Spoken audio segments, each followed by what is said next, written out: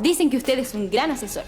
Cuénteme. ¿Qué le parece la primera universidad chilena en acreditar su calidad en Estados Unidos? Un tremendo programa de intercambio y becas para buenos puntajes, como el mío. ¿Y su mamá qué opina? Ella confía en mi asesor. Y nosotros en ti, hija. Las decisiones de futuro las conversamos juntos. Universidad Mayor. Todo para lograrlo.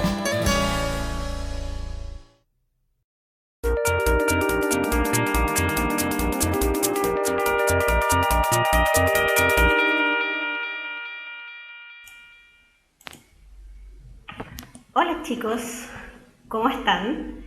¿Me escuchan? ¿Me escuchan? ¿Me ven? ¿Me leen? Hola Sillones. Hola chicos. Perdón, llegué un poquito atrasada, unos minutitos atrasada, pero ya estoy aquí. ¿Ya? ¿Cómo están? ¿Qué me cuentan? Yo les cuento que aquí en Santiago hace un calor horrible. Todo lo que es terrible. ¿Desde dónde están? Sí, hay algo raro en la pantalla que no logro identificar qué es. Oh, hola Lalox. No, está bien alterado, creo que es la iluminación. Y lo voy a arreglar un poquito, ¿ya? No, chicos, no están nerviosos. Geraldine, hola, a Maipú. Rancagua, hola, Oscar. Hola, chicos. Despacio, hola. Hola, soy Romina, soy la profe de química. Chicos, hola de Antofagasta. Sí, yo vengo desde Puente Alto y de Puente Alto a Santiago Centro. Hace un calor asquerosito. Entonces, chicos, hoy lo que vamos a ver es el mejor tema de la PSU. Y no es que a mí me guste demasiado la parte de medio ambiente. Ja, ahí la arreglé. Ahí no se ve. Y la profe se ve cachibuki. ¿Ven? La arreglé. Paula, no lo digas. Sabemos que falta poquito. Sí. Entonces, chiquillos, lo que vamos a ver hoy día es el mejor tema de la PSU, solo porque a mí me encanta. Vamos a ver la temática de química y medio ambiente. Vamos a hablar del agua, del aire y del suelo. Vamos a hablar de los distintos procesos, cómo se desarrolla la química dentro del medio ambiente. Y vamos a ver los distintos factores que influyen dentro de la contaminación, el calentamiento global y todas las cosas bacanas del medio ambiente. Y no es porque yo estudié algo relacionado con eso. No, para nada. Entonces, vamos con la materia de hoy.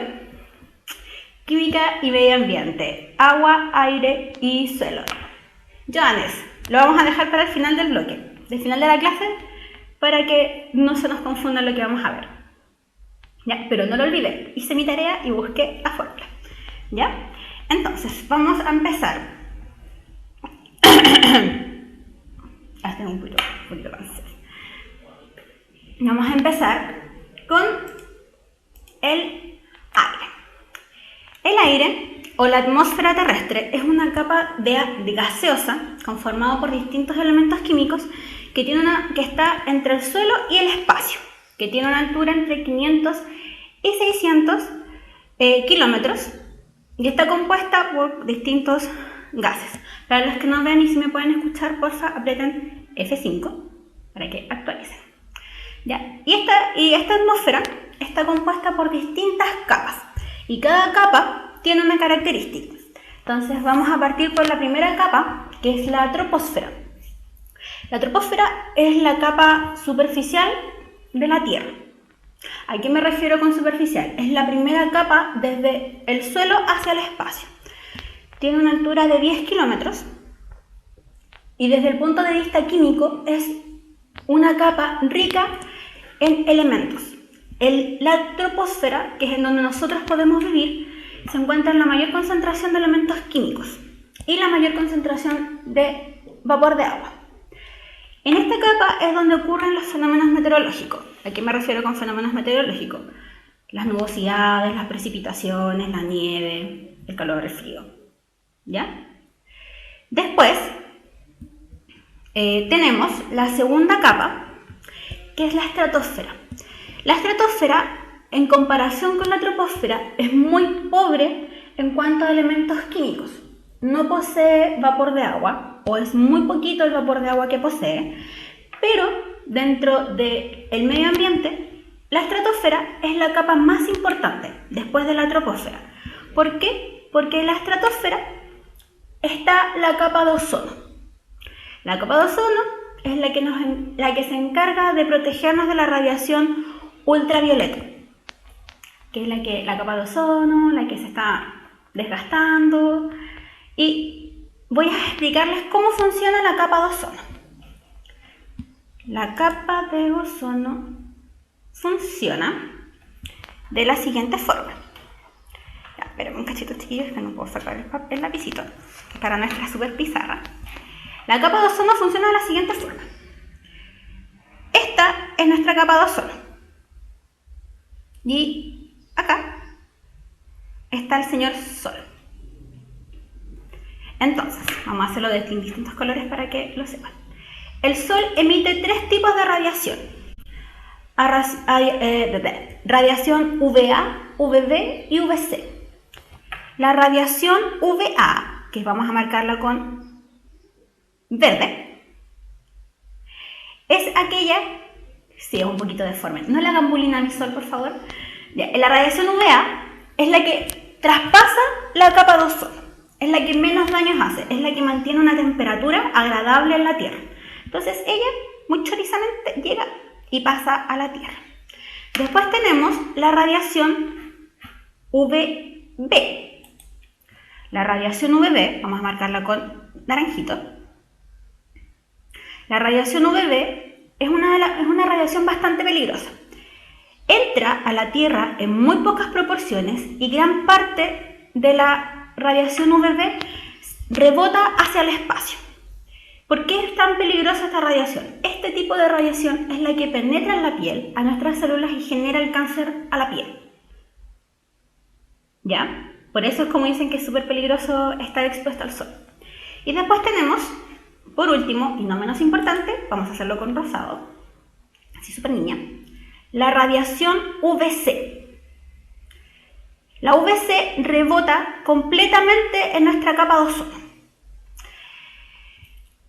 ¿Qué pasa si la capa de ozono llega a destruirse o llega a no existir? Primero, la radiación UVC entraría al planeta. ¿Y por qué es tan peligroso este tipo de radiación? Porque si alguien nos llega a tocar una radiación UVC en la piel, literalmente nos achicharraríamos. Literalmente, no es una cuestión de broma, es una cuestión literal. Nos quemaríamos completamente. Voy a decir una palabra, pero completamente. Entonces, la UVA es la que no es peligrosa, es la que llega y nos da una temperatura agradable en la Tierra. Después tenemos la UVB, que entra a la Tierra y es peligrosa porque si tenemos una gran acumulación de radiación UVB, puede causar cáncer a la piel. Y la UVC es la que es demasiado excesivamente muy peligrosa y que si nos llega a nosotros, nos mataría. Así, de frentón. ¿Ya? Entonces, por eso siempre dicen que es súper importante cuidar la capa de ozono. ¿Ya? Entonces, volviendo a nuestro PowerPoint. Tenemos la mesósfera. En la mesósfera no tiene muchos químicos, todavía no se encuentra mucha actividad química, pero se caracteriza porque en la mesósfera es el punto más frío que hay en la, por decirlo así, el punto más frío que hay en la atmósfera, que está entre los menos 80 y los menos 90 grados Celsius. Después tenemos la ionosfera, que es la penúltima capa de nuestra atmósfera, y tiene una temperatura que depende directamente de la actividad del Sol. Como no hay elementos químicos, en la termósfera hay muy pocos elementos químicos, entonces no existe mucha actividad que genere calor. Entonces, en la termósfera solamente hay el calor similar a lo que llega a la temperatura del Sol, que son los 1500 grados Celsius. Y por último, tenemos la exósfera, que es la capa límite que hay entre la Tierra y el espacio. ¿Ya? Y en la exósfera está formada por una capa de helio y otra de hidrógeno. Sofía, ¿en cuál de estas capas hay harto hidrógeno?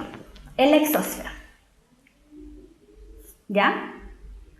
Como dice Francisco 2104, en el polo sur literalmente está el agujero, porque no es un hoyo todavía, sino que hay un adelgazamiento importante en la capa de ozono, que ese agujero comprende desde Coyhaique, me parece, hasta la Antártida.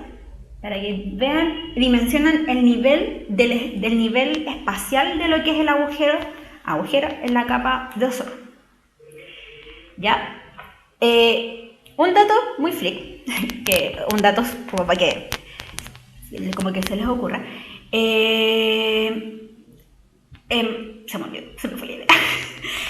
Sí. En Marte existía vida. Hubo vida y hubo agua.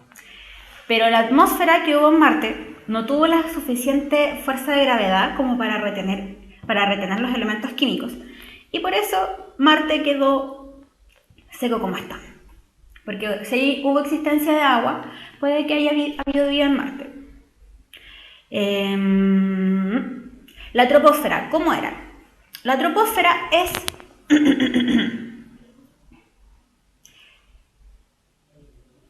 La troposfera es aquella capa que tiene la mayor cantidad de concentración química. Están las mayores cantidades de elementos y ahí ocurren los fenómenos climáticos y nosotros podemos existir por la composición de la troposfera. Sofía, ¿por qué aquí sí?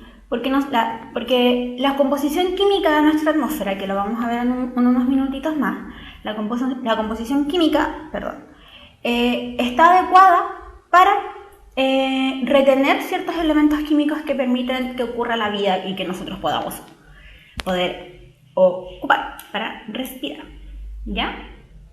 Y aquí, chicos, tenemos un diagramita, un señal diagrama de cómo ocurre las capas de nuestra atmósfera.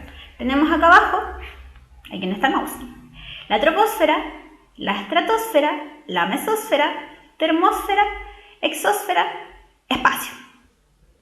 ¿Ya? Es como lindo.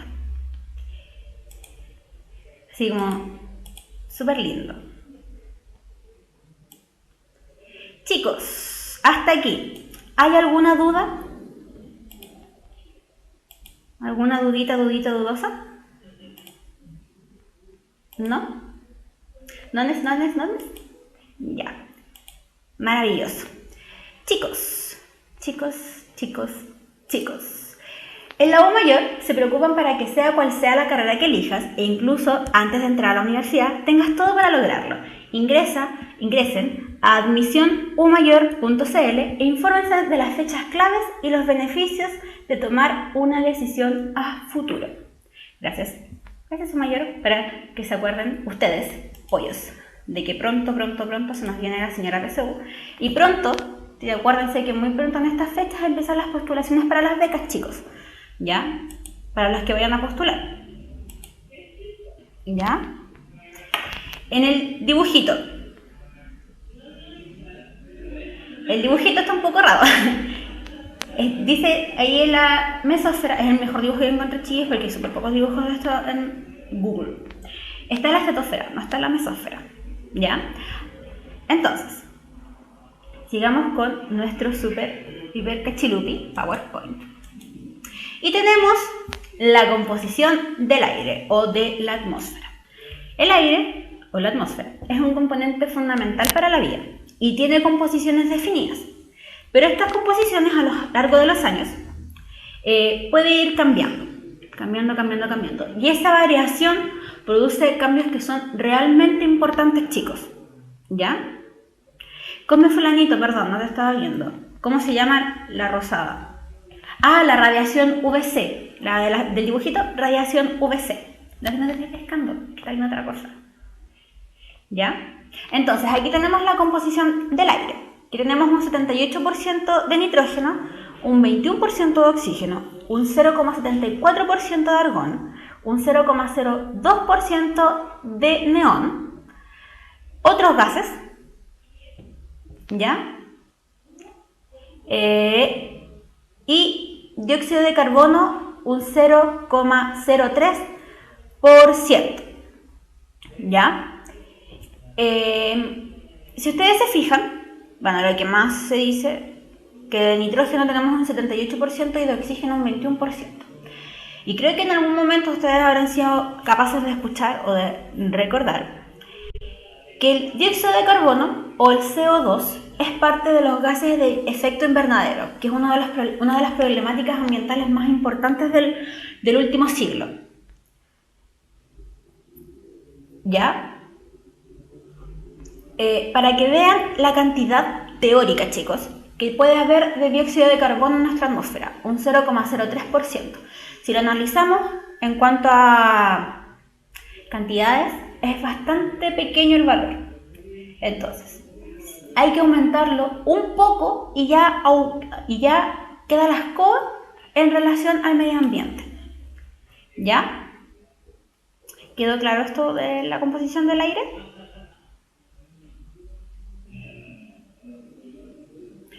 Gusanita, no, no es en toda la atmósfera. Como ya lo había dicho antes, esto es en la troposfera, porque la troposfera es la única que tiene la mayor cantidad de elementos químicos. Entonces, este nivel de porcentaje se aplica solo a la troposfera.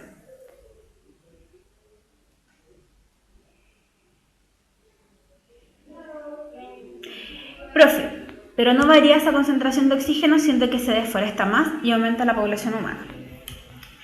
Si lo vemos desde ese punto, estos son valores teóricos, chicos. Puede variar. ¿Ya? Entonces, como dice Cosme Fulanito, la cantidad de oxígeno varía con la población humana, va disminuyendo y la formación de CO2 va aumentando. Entonces, empiezan a desproporcionarse y ahí empieza a quedar la escoba del medio ambiente. Así, really la escoba, muy la escoba. ¿Ya? Dercaide. El aumento de la temperatura significaba un aumento en la cantidad de dióxido de carbono. Eso es correcto. Aumenta la cantidad de dióxido de carbono y como lo mencionó Max ABG, porque se ponen nombres tan raros, chiquillos, en el chat. Por eso a mayor altura cuesta respirar, porque nosotros la respiración celular tiene que tener oxígeno. Si nosotros tenemos poco oxígeno, como ocurre a mayor altura por un aumento del CO2, nos cuesta mucho respirar. ¿Ya? ¿Quedó claro esto de la altura con la respiración y como Sherlock? ¿Quedó clarito?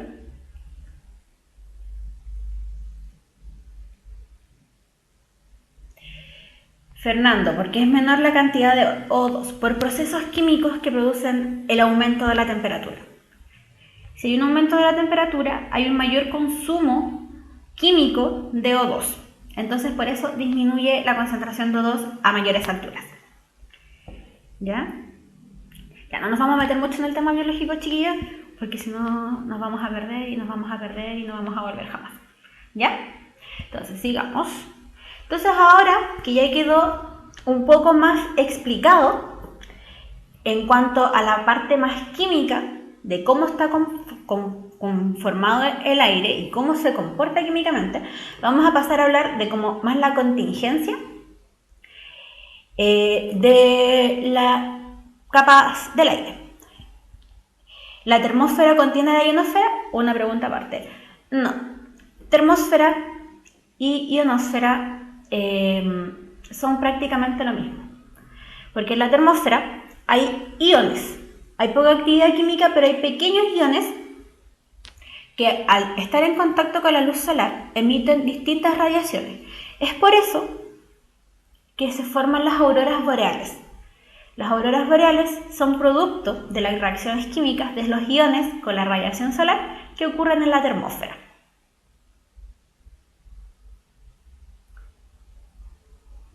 ¿Ya? La ionosfera no era la parte inferior de la mesósfera. Paula Agui. O sea, esto... me enredé. Ya. Déjeme acá, chiquillo. La mesósfera tiene muy baja temperatura. Al tener bajas temperaturas, cuesta mucho encontrar elementos químicos porque se forma una capa de hielo, por decirlo de alguna forma bien burda, porque está entre los menos 80 y los menos 90 grados Celsius, entonces se forman capas de hielo. Entonces no se puede desarrollar mucha actividad química. ¿Ya?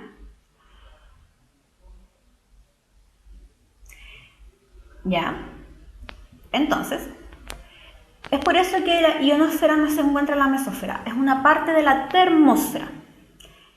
Gerardo, las auroras boreales sí, ocurren en la noche, pero como las reacciones químicas pueden ser rápidas o pueden ser lentas, estas se reflejan, ocurren durante todo el día.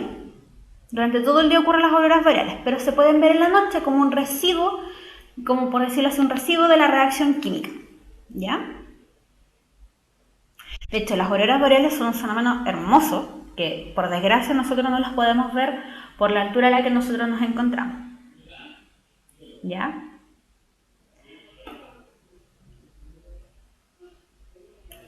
¿Ya? Es súper triste, no lo podemos ver. ¿Ya? ¿Quedó claro esto, chicos, de las auroras boreales y de la ionosfera, termósfera, mesósfera? Como que nos fuimos un poquito en la bola de otra cosa. ¿Quedó un poco más claro, chicos? ¿Sí? Ya. Sí, es un poquito triste. Es un poco triste que no podamos ver las auroras boreales porque son un fenómeno realmente hermoso que ocurre solo en la naturaleza de forma natural. ¿Ya? Ya. Volviendo a nuestro tema, antes que me vaya en la bola de la vida, vamos a hablar de la contaminación del aire. La contaminación del aire, chicos, es un fenómeno que ocurre principalmente cuando hay un pH ácido en la lluvia, que es inferior a 5,5. Y estas sustancias que hacen responsables de la lluvia ácida son el óxido de azufre y los óxidos de nitrógeno, que son más conocidos como los NOx, el SO2, SO3 y el NO2 y el NO3. Sí, y en la ionosfera, volviendo al tema, las comunicaciones inalámbricas ocurren en la ionosfera por la cantidad de iones. Cristian, ¿qué era el pH? La concentración de hidrógenos que hay en una solución. ¿Ya? Volviendo al tema, estos óxidos de azufre y de nitrógeno reaccionan químicamente con el vapor de agua que hay en nuestra atmósfera. ¿Y qué es lo que ocurre? Después de esa reacción forman ácido sulfúrico y ácido nítrico y ácido nitroso. ¿Ya? Y eso es lo que cae al aire. ¿Cómo ocurre el ácido nítrico del nitroso?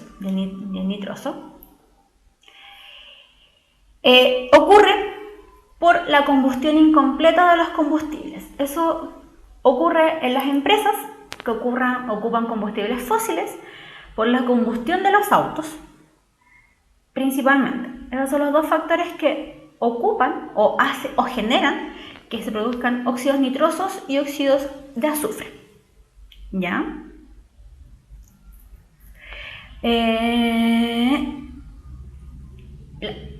Letter. La lluvia ácida ocurre cerca de las fábricas que contaminan el aire o en todos los lugares. Las industrias son un principal factor. Y también cuando hay mucho parque automotriz. Por ejemplo, vamos a un ejemplo bien concreto. En Santiago hay muy pocos episodios de lluvia ácida comparados con el resto del país. Concepción es una de las ciudades de Chile que tiene mayor nivel de lluvia ácida a nivel anual. Tiene mucha lluvia ácida, de hecho Concepción es una de las ciudades más contaminadas de Chile. Y Rancagua también, porque en Rancagua está la mina El Teniente, que emite mucho SO2 y SO3 a la atmósfera y tiene mucha lluvia ácida. También en Temuco, también hay mucho por la combustión el uso de leñas húmedas. Conce es muy bonito, sí, pero en invierno es terrible. Debe ser muy terrible vivir ahí, sobre todo para los niños y las personas mayores, por los niveles de contaminación que existen por el CO2 y por la lluvia ácida. ¿Cuál es el efecto de la lluvia ácida? A nosotros principalmente no nos afecta mucho. Pero a la ornamentación, sí, porque como la lluvia es ácida, empieza a deformar el mármol, por decirlo de alguna forma súper crítica. Sí, destruye mucho, por mucha inhalación de ácido sulfúrico que cae de la lluvia, pueden haber problemas respiratorios. No tanto como muy graves, pero puede existir. Fernando 850. Sí, profe, ¿por qué en Santiago no? Alguien me preguntó que por qué en Santiago no. ¿Por qué no, chicos? Porque en Santiago Centro, la cantidad de industrias no es muy grande, sino que dentro de todo Santiago hay grandes cantidades de industrias que están generalmente para el sector de la costa, que es como Pudahuel, Quilicura, para allá. ¿Y qué es lo que ocurre ahí? Ahí hay una mayor cantidad de viento, y este viento disipa el SO2 y el SO3. Por eso en Santiago no hay mucha lluvia ácida. En Carlos Baldovino hay una curtiembre, que es bastante peligrosa por ahí, y hay varias industrias. Pero a niveles como de concentración macro, para todo Santiago, no es mucho. Ciertos lugares de Santiago que tienen muchas industrias pueden tener lluvia ácida, pero a lo global no es mucho. ¿Ya? No es porque Santiago sea mucho. No, de hecho Santiago es bastante venga. Me gustan más las regiones que Santiago. ¿Ya? Nicolás Figueroa Chanfle, se corta la señal. Aprieta F5 para actualizar. ¿Ya? ¿Quedó claro esto de la lluvia ácida, chicos? Sí, profe. No, profe. Sí, profe. Estoy hablando sola. Loca. ¿Ya? Mientras espere que ustedes me canten. ¿Sí? Ya. Cool. Después tenemos, chicos, el calentamiento global. ¿Ya? El calentamiento global es un fenómeno que ocurre por el aumento de la temperatura terrestre. ¿Ya? Y al aumentar la temperatura terrestre, hay un aumento en la temperatura oceánica. Estos, chicos, están bastante relacionados con el cambio climático, el calentamiento global. ¿Por qué? Porque es un efecto dominó. Si yo aumento la temperatura del mar, la evaporación del agua va a aumentar. Eso hace que aumente la cantidad de precipitaciones y aumente los fenómenos como los tornados y los huracanes que provienen desde el mar. Eso también hace que al aumentar la temperatura del océano, aumenta la temperatura que hay hacia los polos y empieza a derretirse los polos. Al derretirse los polos, aumenta el nivel del mar. Y si aumenta el nivel del mar, ciertas ciudades van a empezar a desaparecer.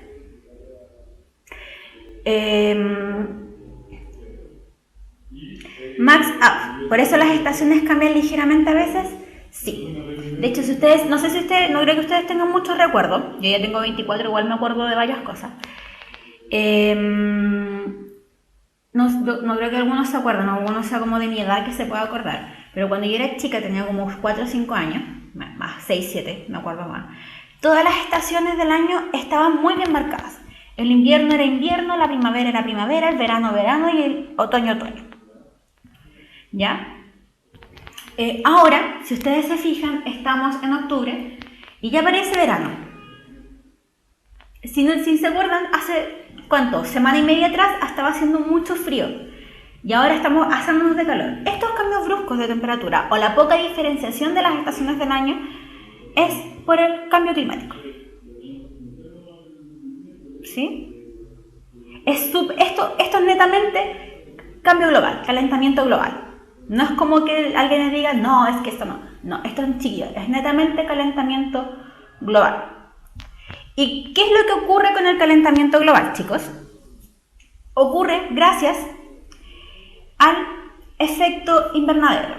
El efecto invernadero lo voy a pasar, para los que no lo conocen, lo voy a pasar a explicar con un señor dibujo. Yo soy amiga de los señores dibujos, me encanta. ¿Ya? Entonces, tenemos la Tierra y aquí tenemos nuestra... que me quedó raro. Como chiquillos. tenemos nuestra atmósfera. Vamos a hacer otra vez la atmósfera. Ya, me quedó un poco chueca, pero es lo que hay. ¿Qué es lo que ocurre en el efecto invernadero? ¿Qué es lo que ocurre con el efecto invernadero? La radiación solar entra a la Tierra, ¿cierto? Y una parte rebota hacia el espacio y otra entra a la Tierra, que hace que la temperatura se eleve, tengamos una temperatura agradable, y después esta radiación sale de vuelta al espacio. Eso es lo que ocurriría normalmente con nuestra atmósfera.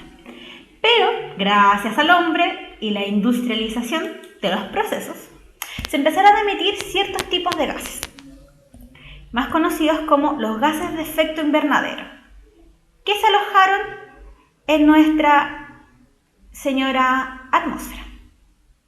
Entonces, ¿qué es lo que ocurre ahora?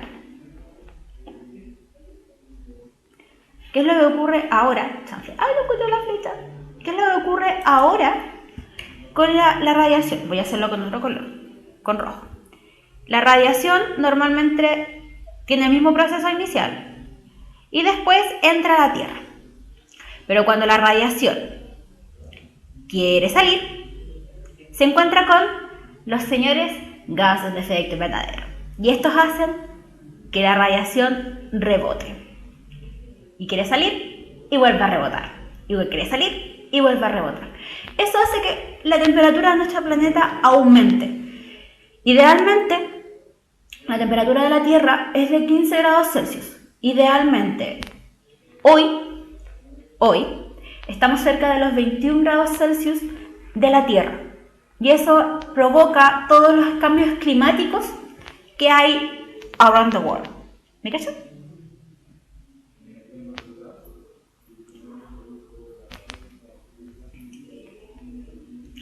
Bebo, sí, los CFC y el CO2 son los culpables.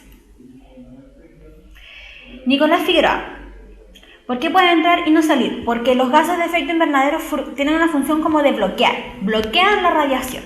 Entonces, como que quiere salir y no puede, la retienen. ¿Ya?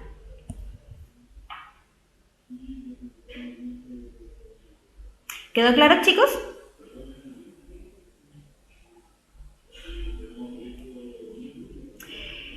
Me preguntan Juacox. Sí, tiene una pregunta bastante buena. Profe, ¿es cierto que cuando hay muchas nubes también favorece el efecto invernadero? Sí, chicos. Vamos a hablar ahora de los gases de efecto invernadero y vamos a ver por qué el agua, por qué las nubes son un factor importante dentro del cambio climático. Y aquí tenemos los principales gases, que son gases de efecto invernadero. Primero tenemos el CO2, que es el principal.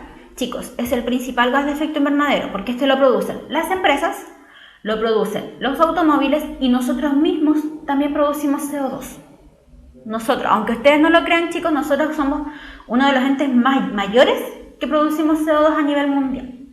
No cada uno de nosotros, pero como población humana, sí, ocupamos mucho CO2. Se produce por la combustión del petróleo, gas natural, carbón, entre otros. Y por la deforestación, como ya me había hablado Johannes, me pregunto más arriba, o come fulanito, no lo recuerdo. Por la deforestación, el ciclo del carbono se altera y aumenta la concentración de O2.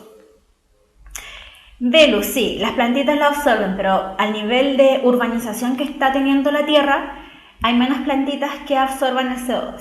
Por muy triste que sea, es muy terrible. Vamos a morir. ¿Ya? Después tenemos el CH4, que es el metano, que está dado por la descomposición de los pantanos y la generación de gas natural. Otra cosa, que lo leí por ahí, de Tin y Nicolás Figueroa, las vacas son uno de los mayores emisores de metano, CH4, que hay en el mundo. No de CO2, de metano, CH4. las señoras vacas. No voy a emitir ningún comentario porque respeto a la gente vegetariana y a la gente que no está en contra del maltrato animal. Yo también estoy en contra del maltrato animal, pero las vaquitas son malvadas. Vacas malvadas. ¿Ya? Y después tenemos el NO2, que son producto de la combinación del nitrógeno con el oxígeno, que ocurre en las cámaras de los autos. ¿Ya? Sí, vacas malvadas. Y ahí está la reacción química para generar contaminante. Otro factor que lo nombré antes, que Joacox lo preguntó. El vapor de agua, chicos, es uno de los mayores contaminantes y gases de efecto invernadero. ¿Ya?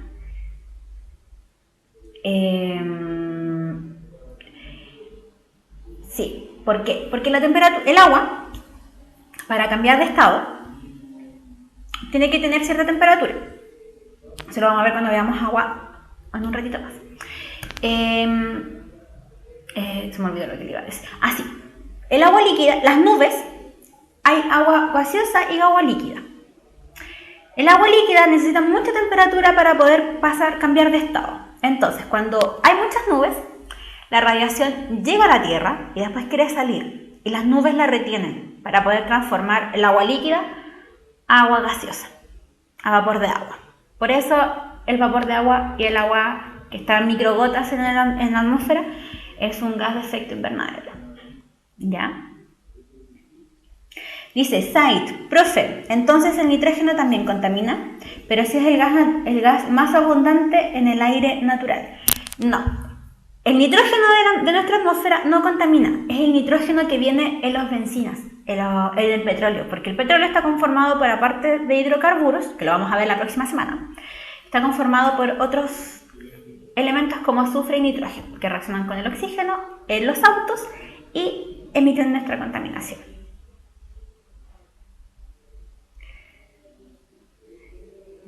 Agua gaseosa. No, es agua gaseosa. No se entendió bien. Perdón. Francisco, el smog fotoquímico. A ver, vamos a devolvernos un poco. Aquí está. El smog se conoce como tenemos dos tipos de smog. Tenemos el smog industrial y el fotoquímico. El smog industrial es aquel que se genera con partículas de azufre, o sea, el SO3 y el SO2. Que es de color pardo o gris, no, color gris. Y tenemos el smog fotoquímico, que es los nitrógenos, el óxido de nitrógeno, el NO2 y el NO3, que ese es el smog fotoquímico que principalmente se forma por las reacciones del nitrógeno que emiten los autos con la radiación solar, y es smog pardo o smog fotoquímico.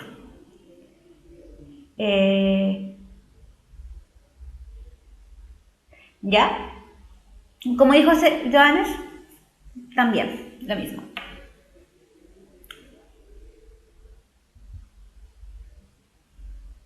A ver, Boris, por fin un nombre, como el de la Vero, otro nombre. Pero por el calentamiento global retiene a los meteoritos, como pasó en Rusia. Por el calentamiento, lo que pasó en Rusia es un fenómeno bastante particular. Como hay una alta cantidad de temperatura, los meteoritos como que se empiezan a desintegrar o se empiezan como a retener porque necesitan una alta cantidad de energía para traspasarlo. ¿Ya? Veo. ¿Cuál es el principal componente de la lluvia ácida? El ácido sulfúrico y el ácido nitroso. Dependiendo del lugar, es cuál más importante, dependiendo del tipo de contaminación que haya en la ciudad. ¿Ya? Nata, perdón, también es tu nombre, ¿ya? Por ejemplo, yo creo que más de alguno que vive en Santiago, debe haber visto por el metro línea 5, desde Vicente Valdés hasta Baquedano, y uno mira hacia Santiago en un día de contaminación y hay una capa verdosa, media gris verdosa, en Santiago Centro. Yo sé que alguien debe haberse fijado. Eso, chicos, es por la concentración de un día malo de óxidos de azufre y óxidos de nitrógeno, ambos juntos en el centro. Said, o Diego, me fijé que pusiste tu nombre en el chat. China. Sí, China, como dijo Nicolás Figueroa, que también tiene su nombre ahí. Sí, todo lo que son países asiáticos tienen mucha diversidad porque su nivel de industrialización es mucho más grande que el nuestro. ¿Ya? Sí, Santiago es un asco. No te voy a contradecir, Juaco, yo soy santiaguina de toda mi vida y me carga Santiago. ¿Ya? Ya, volviendo al tema, vamos a lo último y vamos a terminar el capítulo de aire, que son los CFC o clorofluorocarbonos. Estos son gases que no son naturales, que tienen un origen netamente industrial. Estos gases cuando se formaron eran un gas refrigerante. Se ocupó para los primeros refrigeradores con freezer. Era un gas que se ocupaba. Se llaman clorofluorocarbonos. Dentro de los años, entre finales de los 80 y principios de los 90, se empezó a tener más conciencia ambiental y se empezó a notar un cambio sustancial en las temperaturas. Entonces se empezó el estudio de la capa de ozono y se descubrió que existía en la estratosfera una alta concentración de estos CFC, clorofluorocarbonos, y se llegó a la conclusión que el CFC era el principal componente del daño ambiental. De hecho, los CFC están prohibidos, pero hay un pero. Toda esta vida tiene un pero, chicos. Aún se ocupan. En los sistemas de aire acondicionado se ocupan mucho los CFC aún. Y es terrible. This is horrible. Terrible. ¿Ya? Entonces, chicos, espero que les haya quedado claro la parte de medio ambiente, la parte del aire. Y vamos con nuestra pregunta desafío gracias a la Universidad Mayor. Y la pregunta desafío es: ¿cuál es el efecto que tienen los CFC en la atmósfera? Si ustedes se fijan, hablamos de los CFC, pero yo no les dije cuál era el efecto que tenía el CFC. Entonces quiero que ustedes lo busquen o lo investiguen. Y nos vemos, chicos, en 10 minutos más. No sé, vayan a tomar agüita, vayan a mover las piernitas, ¿ya? Sí. Y nos vemos en 10 minutitos.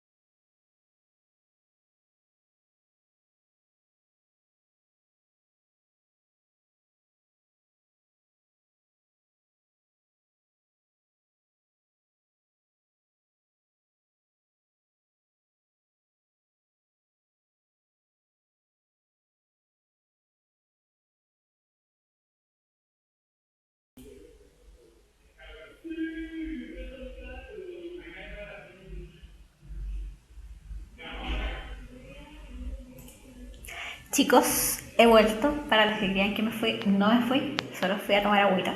He vuelto. Antes que todo, un hola a todos los que se han incorporado a la clase. Vamos a ver nuestra pregunta de desafío y vamos a seguir avanzando. Pero antes, les recuerdo, chicos, que esta es nuestra 7ª clase de química y nos quedan 3 clases del módulo común y terminamos. Sí, para que no se aburran de mi presencia, para que me extrañen después. Nos queda la próxima semana, vamos a ver química orgánica. Vamos a dedicarnos 2 clases a ver química orgánica y la última clase vamos a ver ácido base. Para que empiecen para que estén bien atentos al contenido que se nos viene. Y para los que quieran dar la prueba más bacán de todas, que es la prueba de química, la electiva, después de las 10 clases de común vienen las 3 últimas clases son de módulo electivo. ¿Ya? La prueba más chorifly de todas es la prueba de química. Sí. Ya, volviendo a nuestro tema, que me voy un poquito así como llora la vida. ¿Cuál es el efecto que tienen los CFC en la atmósfera? Como vi varias respuestas por ahí, los clorofluorocarbonos son los responsables de destruir la capa de ozono y aumentar el efecto invernadero. Lo destruyen. ¿Cómo lo destruyen? Los CFC se llevan, como por decirlo de alguna forma, sacan oxígenos, porque la molécula de ozono es un O3. Entonces, ¿qué es lo que hace el CFC? A ver, vamos a hacer la reacción química. Espérame un poquito, chiquillos. ¿Dónde está? Aquí está. Ya, esto es lo que pasa con el CFC. Tenemos cloro, flúor, carbono. Vamos a poner un Cl porque es cloro. Más un O3. ¿Ya? ¿Qué es lo que hacen los clorofluorocarbonos? ¿Ya? El cloro que tiene CFC lo ataca, así rudamente, a la molécula de O3 y queda de la siguiente forma. Un cloro con un oxígeno formando un radical. Perdón, voy a sacarlo de la pregunta de desafío porque parece que no se ve. Ahí sí. Más una molécula de O2 que se va a la atmósfera. Se va y se va. Y queda el FC radical dando vueltas por la capa de ozono y contaminando aún más. Fernando, ¿por la radiación cree que el cloro se disocia? Sí, la formación de radicales es por la presencia de radiación. ¿Ya? Chiquillos, no piensen en cuántos días queda para la PSU. Ya, no lo piensen porque si no se van a estresar. ¿Ya? Y a los que están poniendo los cuántos días quedan, no sean malvados. No sean malvados. Los tengo a todos vigilados. Los tengo a todos fríamente identificados. ¿Ya? Eso es lo que ocurre con los CFC. Viéndolo desde un punto bien químico, y lo veo desde mi perspectiva, que yo estudié una carrera relacionada con el medio ambiente, y igual me enseñaron cómo ver esto. La capa de ozono es recuperable. Químicamente se puede volver a formar. Pero el tiempo de residencia, que es el tiempo que está dando vueltas en el aire los clorofluorocarbonos, es aproximadamente de 100 años. Entonces, puede que la capa de ozono se regenere de forma lenta, pero mientras esté la presencia de los clorofluorocarbonos, los CFC, resumido, en la atmósfera, la capa se va a seguir destruyendo. Viéndolo bien analíticamente, bien fríamente. ¿Ya? Para los que se preguntan, los que no estuvieron en la primera clase, más o menos, yo estudié química ambiental. Aún no soy química ambiental, pero estudié química ambiental. Me falta titularme todavía. ¿Ya? Ahí respondí la pregunta. Soy química ambiental. Bueno, soy licenciada en Ciencias Ambientales con mención en Química. ¿Ya? Para los que no saben. ¿Ya? Belu. Muy buena acotación, muy buena pregunta la tuya. Profe, ¿qué hay de cierto que los contaminantes de Estados Unidos afectan a otros países a lo largo? por algo del viento. Eso es muy correcto. Estados Unidos es uno de los principales emisores de CO2 y CFC a nivel mundial. Y eso nos afecta a todos. ¿Por qué? Porque los vientos se mueven de forma horizontal y de forma vertical. Entonces, por los movimientos verticales de los vientos, todo lo que se genera en Estados Unidos, por los movimientos de los vientos, se va a ver arrastrado hacia Chile.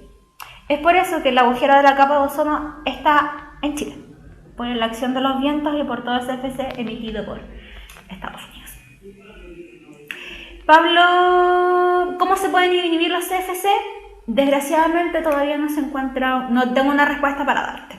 No hay forma de inhibirlos por la radiación solar. Ellos reaccionan y no hay una forma de inhibirlos. A menos que ya no haya radiación solar, esa podría ser una forma de inhibirlos. Fernando, no, sí, es que hay formas de cuidar el medio ambiente. Sí, hay formas, siempre hay formas de cuidar el medio ambiente, si no, no vamos a morir todavía. Pero sí, es como esto que les estoy contando, es más un llamado de atención, chiquillos, para que sepan que si no nos ponemos las pilas, esta cuestión se irá al carajo en cualquier momento, ¿ya? Hay que cuidar mucho el aire y el medio ambiente, hay que ser un poquito más consciente. Pero el CFC queda igual. Sí, aún queda. Es terrible, lo sé. Pero no vamos a morir, chillos. Aún hay fe, tengo fe en la humanidad que vamos a sobrevivir. Todas las carreras con medio ambiente siempre valen la pena, chicos. Ya me voy a poner sentimental y me voy a poder promocionar mi carrera y no, ya no. Volviendo a nuestro tema, vamos, espero que le haya quedado eso.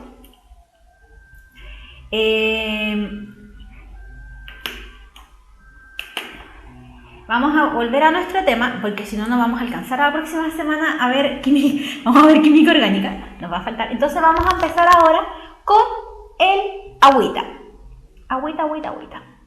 Ya, repito, para los que no estaban, yo estudié química ambiental. Todo esto que estoy hablando ahora, chiquillos, yo lo estudié. Y por eso me gusta tanto esto. Me encanta esta materia, está muy entretenida. Hola, Natalia. ¿Ya? Volviendo al tema, el agua, químicamente hablando, está conformada por un átomo de oxígeno y dos átomos de hidrógeno. Estos oxígenos y estos hidrógenos están enlazados mediante enlaces covalentes polares. O sea, se dice que el agua es una molécula polar. La distancia entre los hidrógenos de la molécula de agua es de 104.5 grados.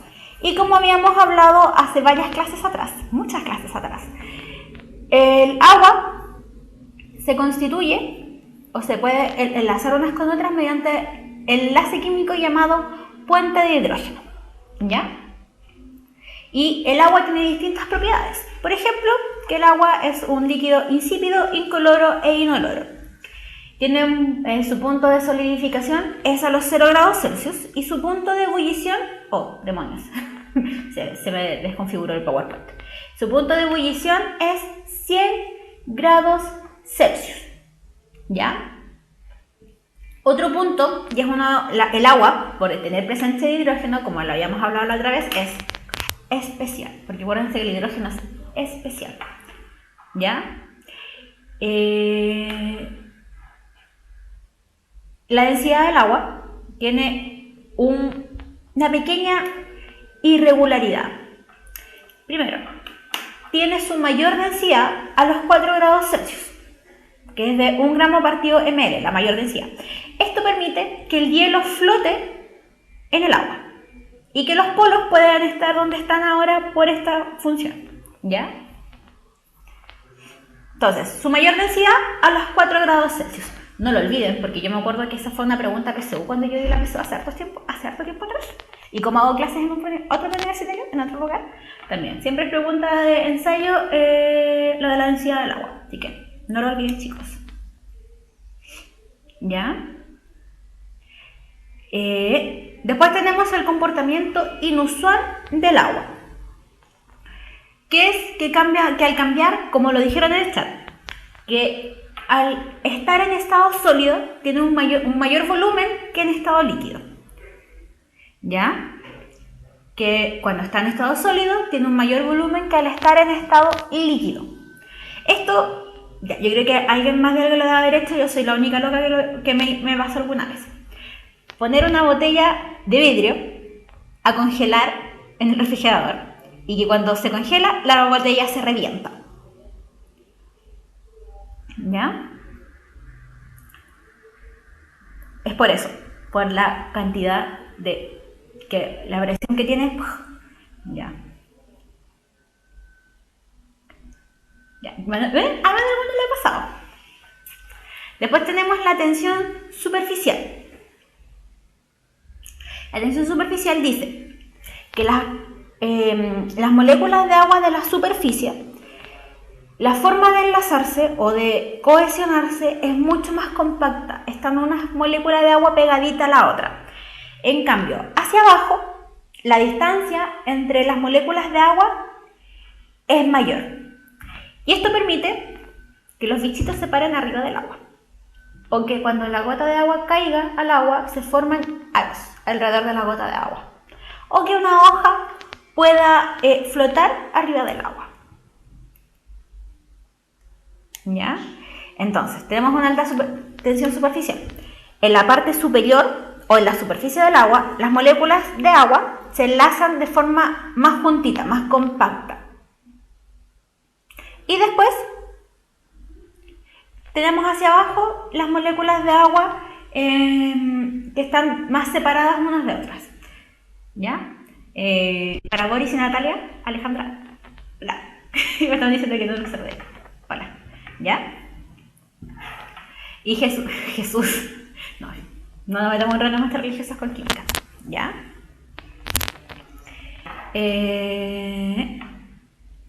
Después tenemos, chicos, el calor específico, que es la cantidad de calorías o de energía que el agua tiene que, a la que el agua tiene que someterse para elevar su temperatura en un grado.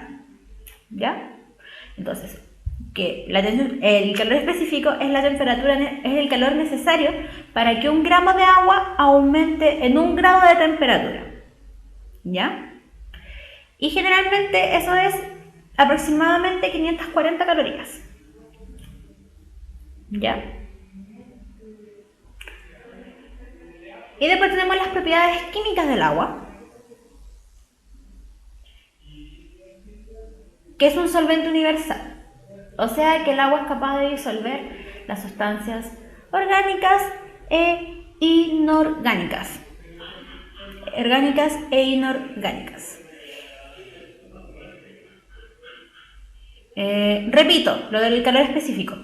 El calor específico es la energía necesaria para que 1 gramo de agua aumente 1 grado centígrado. ¿Ya? Generalmente, para pasar de líquido a gaseoso, son necesarias 540 calorías. ¿Ya? ¿El calor específico protege a las criaturas acuáticas? Sí, las protege. Porque si necesitan mucho calor y al aumentar el calor, los pececitos se pueden ir a otra parte que haga más frío. Les da tiempo. ¿Ya? Hasta aquí. ¿Hay alguna duda? Lo del agua, que es un medio de reacción. Que la mayor parte de los componentes químicos,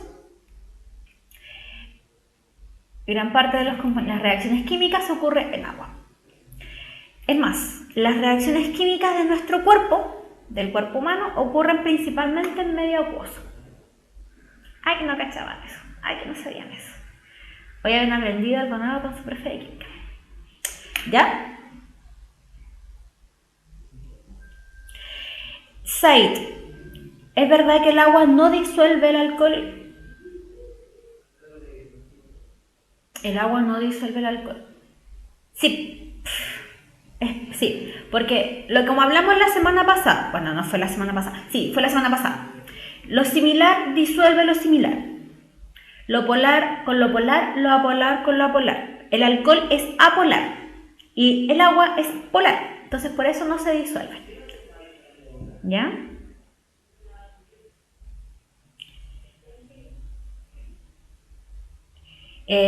Gus, Profe, algo de otro tema. ¿Cuál es el punto de ebullición? La relación punto de ebullición peso molecular. Dependiendo del compuesto químico, mayor peso molecular tenga la molécula, bien redundante, mayor va a ser su punto de ebullición.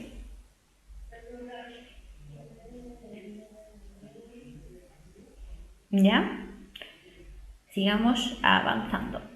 Vamos a hablar ahora del ciclo del agua. Ya, chiquillos, yo creo que hoy día vamos a alcanzar a ver solo aire y agua. La próxima semana vamos a ver suelo y vamos a empezar con química orgánica. ¿Ya?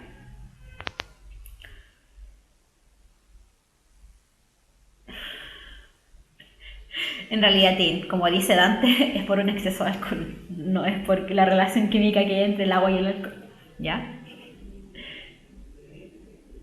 ¿Ya? Ya, volviendo al tema, no es que estamos confundiendo las materias, chicas. Volviendo a nuestro tema, tenemos el ciclo del agua. Creo que no se ve muy bien, pero yo lo voy a explicar. Para que se hagan una idea de cuánto es la proporción, un 4.000avo de la masa del planeta es agua. Y tres cuartas partes del planeta son agua. El 98% es agua salada y el restante 2% es agua dulce. Y dentro de esa agua dulce, un muy bajo porcentaje es para consumo humano. ¿Ya? Entonces, para que se hagan una idea más o menos de cómo es la proporción del agua que hay en el mundo, imaginen que una olla, de esas ollas donde se hacen cazuela, es la cantidad de agua que hay en el mundo. ¿Ya? Si ustedes van con una tacita, una taza de esa de té de las chicas, sacan una taza de agua. Esa taza de agua es la cantidad de agua dulce que hay a nivel mundial. Y si de esa taza de agua, ustedes con una cucharada sopera sacan agua, la cantidad de agua que hay en la cucharada sopera es la cantidad de agua que se puede utilizar para consumo humano. Para que cachen más o menos cómo es la proporción agua mundial con agua consumo humano. O sea, es muy poca el agua de consumo humano que hay en el mundo. Como esta, agüita de consumo humano. Es muy poquita, chicos. De consumo animal puede ser cualquiera, porque los animales toman agua de río. Agua de lago, agua de río. Si el agua que es como apta, saludable para nosotros, es mínima. Chiquitita. De hecho, por eso hay tanto problema con el agua. Por ejemplo, en el norte, las mineras acaparan casi el 100% del agua potable para los procesos industriales y no le están dejando agua a la gente. ¿Ya?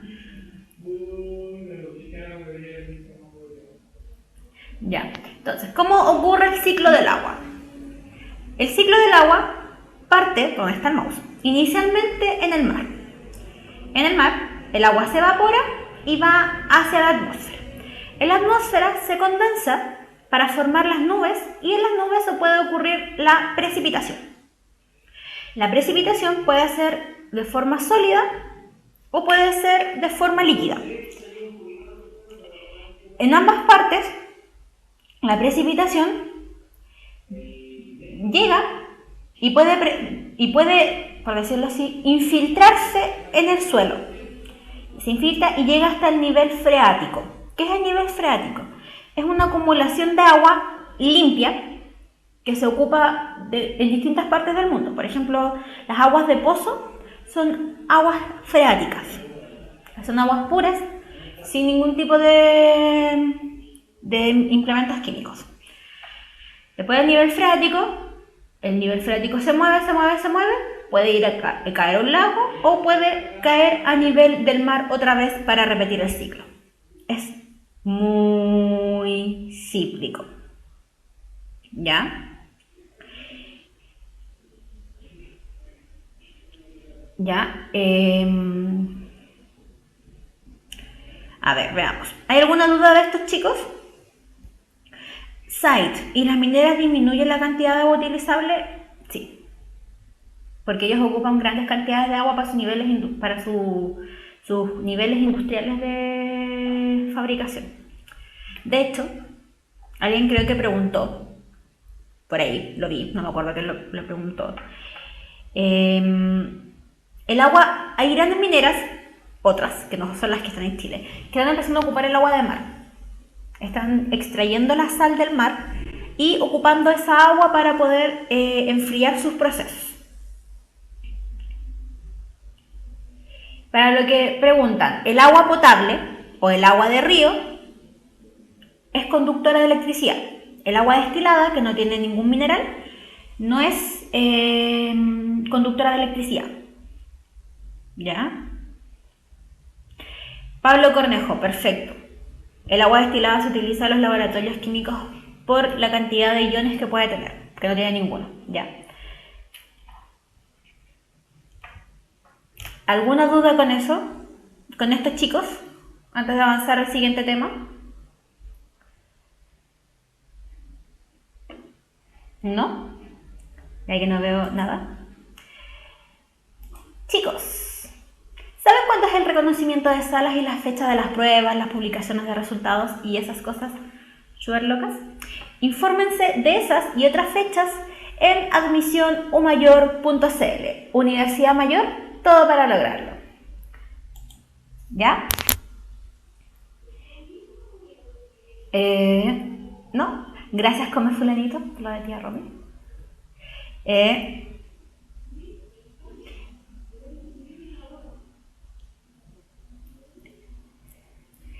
¿Ya?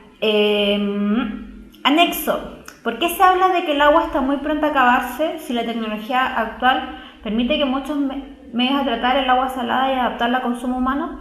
Sí, hay mucha tecnología, pero no está lo suficientemente avanzada como para que el agua sea netamente para consumo humano. Sí, hay disminuciones importantes en la salinidad del agua, por ejemplo del agua salada, pero sigue siendo no apta para el consumo humano. Sirve para procesos industriales, pero para el consumo humano no. ¿Ya?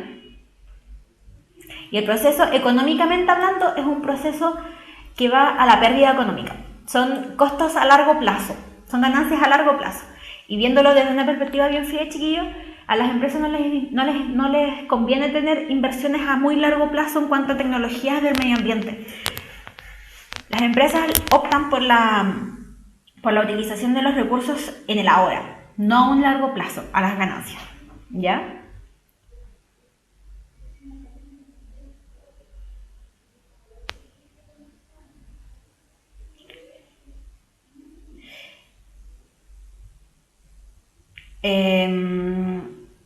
El agua, dependiendo de la región. Por ejemplo, aquí en Santiago el agua es bastante barata, pero yo tengo familia en el sur y el agua en el sur es carísimo.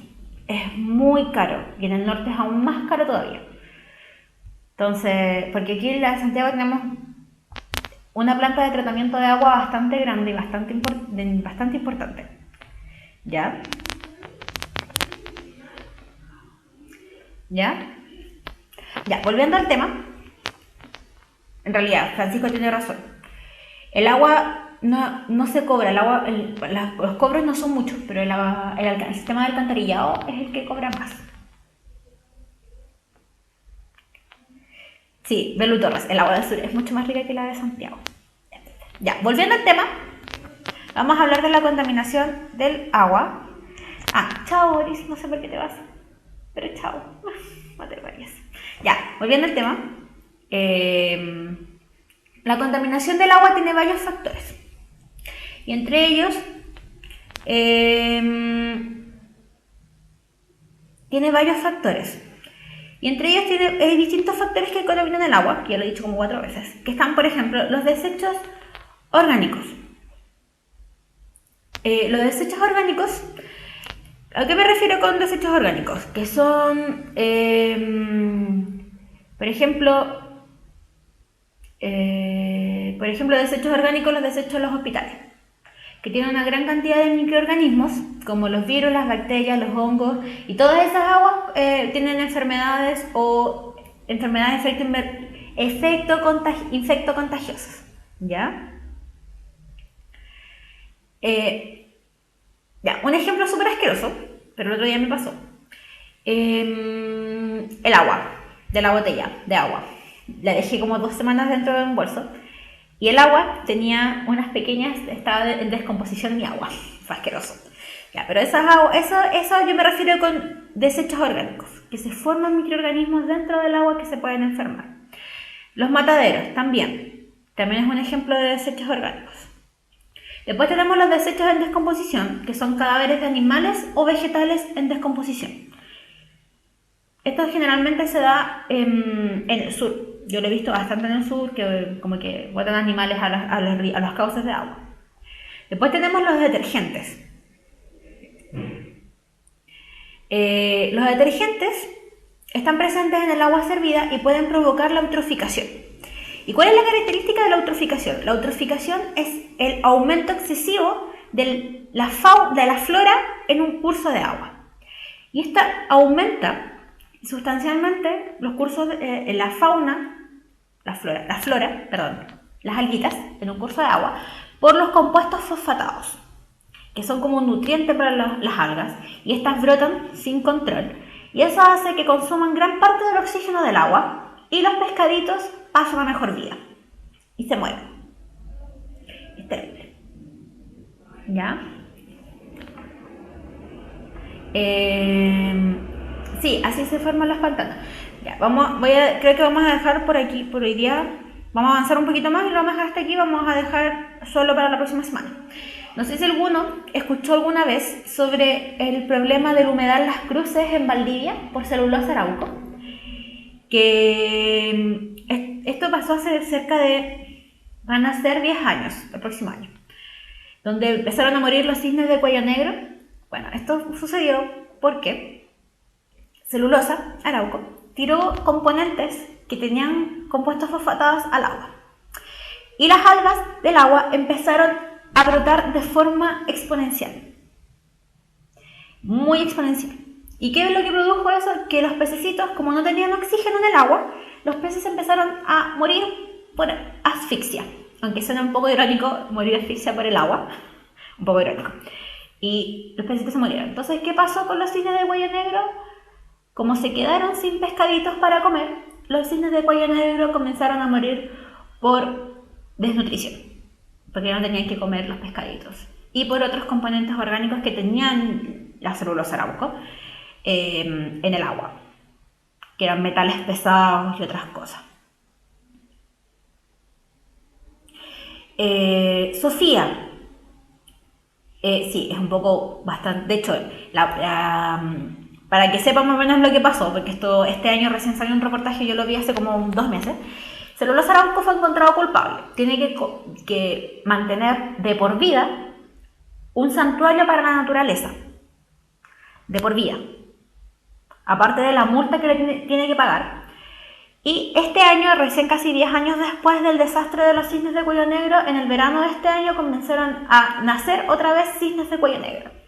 Hay pollitos de cisnes de cuello negro que los muestran, son muy lindos. Entonces, gracias a lo que tiene que pagar celulosa arauco, no ni siquiera es gracias, es como lo que tiene que hacer celulosa arauco, va a mantener con vida a esos cisnes en un lugar bastante de similares características a lo que era antes el humedal de Río Cruces.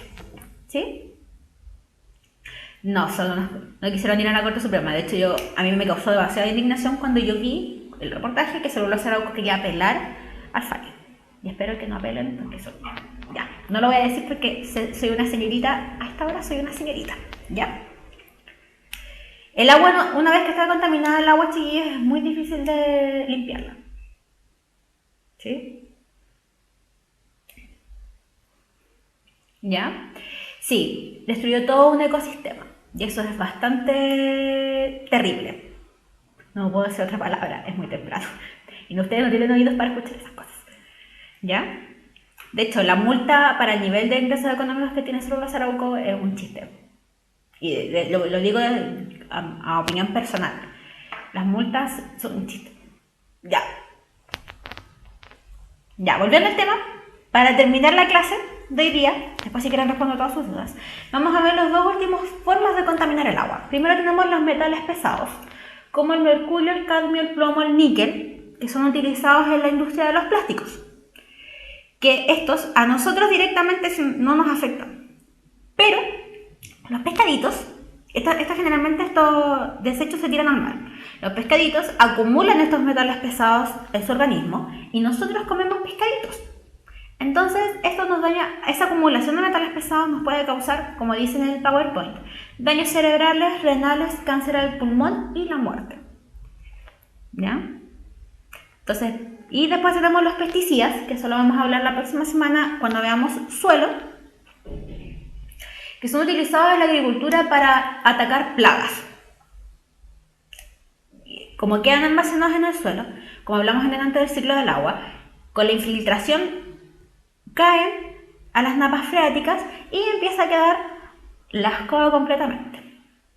¿Ya? Y hasta aquí vamos a dejar la clase por hoy día. La próxima semana vamos a hablar un poquito de potabilización del agua, que no nos alcanza el tiempo. Y vamos a hablar de suelo y vamos a empezar química orgánica. Sí, vamos a empezar química orgánica. Sí, vamos a empezar. ¿Ya? Chicos, los últimos minutitos que nos quedan. No sé, ¿tienen alguna pregunta? ¿Tienen alguna duda? ¿Algo que quieran acotar? ¿Ya? La LOX es un poco... No es fea esta materia. El medio ambiente es un campo bastante bonito, pero a veces alguien tiene que dar un golpe de realidad en todo esto y la PSU se encarga de hacerlo. Y esto más o menos, chicas, para que empiecen a tomar conciencia de que el medio ambiente es como si uno afecta una cosa del medio ambiente, todo se ve afectado. ¿Ya? ¿Alguna otra duda, chiquillos?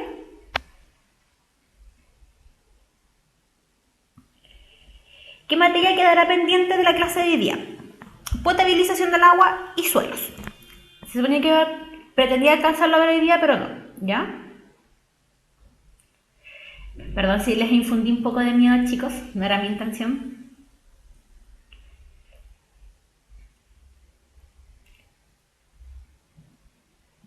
Que hay que estudiar para ayudar al medio ambiente. No hay que estudiar nada. Se tiene que ser un poquito más consciente. Pero para los que quieran estudiar carreras ambientales, las carreras ambientales son bastante bonitas. Sí, uno se pega con un golpe de realidad bastante grande, pero son bastante bonitas. ¿Ya? Sí. Como dice Javi Donoso, hay que tener más cultura en cuanto al medio ambiente. Hablando de la PSU y que me fui, tienen que saber las capas de la atmósfera, tienen que saber el calentamiento global, ¿ya? Y parte de la lluvia ácida porque puede ser parte del problema. De agua, ciclo del agua, potabilización del agua, que lo vamos a ver la próxima semana, y tienen que ver las propiedades físicas y químicas del agua, ¿ya? Eso más o menos como más temario PSU. Ya la próxima semana vamos a volver a retomar el tema que nos quedó pendiente. Vengan, nada que ver. Estén pendientes de la próxima clase. Para los que se vienen incorporando el día de hoy, la clase de química es de 1/4 para las 5 hasta las 6 1/4, que es ahora. Y son todos los lunes. Chicos, me despido. Que tengan una muy bella semana. Estudien. Y os quiero a todos. Que tengan una linda semana, ya se los dije. Y nos vemos el próximo lunes. Nos vemos, chiquillos. Chau.